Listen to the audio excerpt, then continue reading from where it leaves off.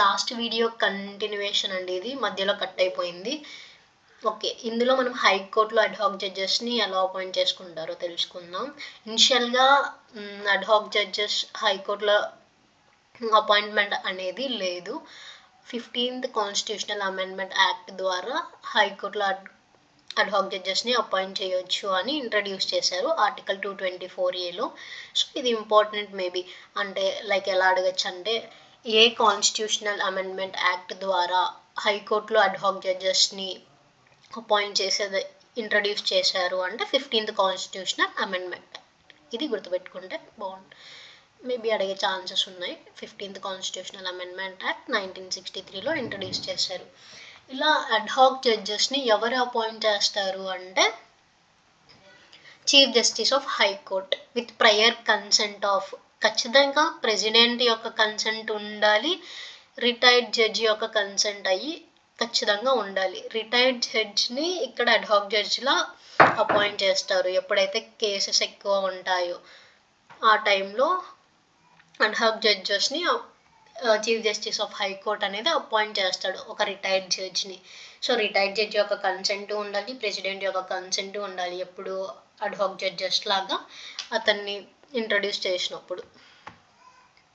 ఓకేనా, సేమ్ ఇక్కడ ad hoc judges haves the same power, jurisdiction and privileges as a sitting high court judge.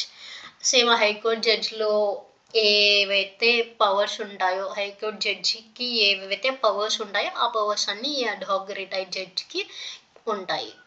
Salaries వచ్చేసి president decide చేస్తాడు ఈ ad hoc judges. వీళ్ళ tenure వచ్చేసి 2 to 3 years ఉంటుంది. ఓకేనా, రీసెంట్గా అడ్హాక్ జడ్జెస్ని హైకోర్టులో అపాయింట్ చేయడానికి Lok Prahari versus union of ఇండియాలో ఈ కేసులో కొన్ని కండిషన్స్ పెట్టింది.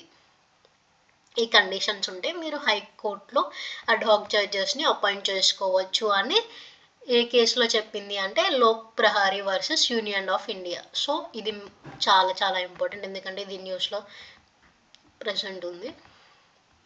సో ఏ కండిషన్స్లో మనం అడ్హాక్ జడ్జెస్ని అపాయింట్ చేసుకోవచ్చు హైకోర్టులో అంటే, when there is a vacancy exist 20% of the sanction strength. అంటే ఇప్పుడు ఒక కేసుని డీల్ చేయడానికి ఒక 20 members కావాలి, బట్ ఉన్నారు 18 members ఉన్నారు. 20% ఆఫ్ 20 members అంటే ఎంత, 2 members తక్కువ ఉన్నారని కదా, అంటే 18 members ఉన్నారు. సో ఆ టైంలో అడ్హాక్ జడ్జెస్ని అపాయింట్ చేసుకోవచ్చు అని ఈ కేసులో చెప్పింది. అండ్ సెకండ్ కండిషన్ ఏంటంటే, ఒకవేళ ఆ కేసు అనేది 5 years కంటే అయినా కూడా పెండింగ్లోనే ఉంది ఆ కేసులో, and 10% of pending cases are older than 5 years. అంటే మొత్తం చాలా కేసెస్ ఉన్నాయి, ఒక 100 కేసెస్ ఉన్నాయి, అందులో 10% కేసెస్ అంటే 90 కేసెస్ అనేది ఇంకా కంప్లీట్ అవ్వలేదన్నమాట. 10% అంటే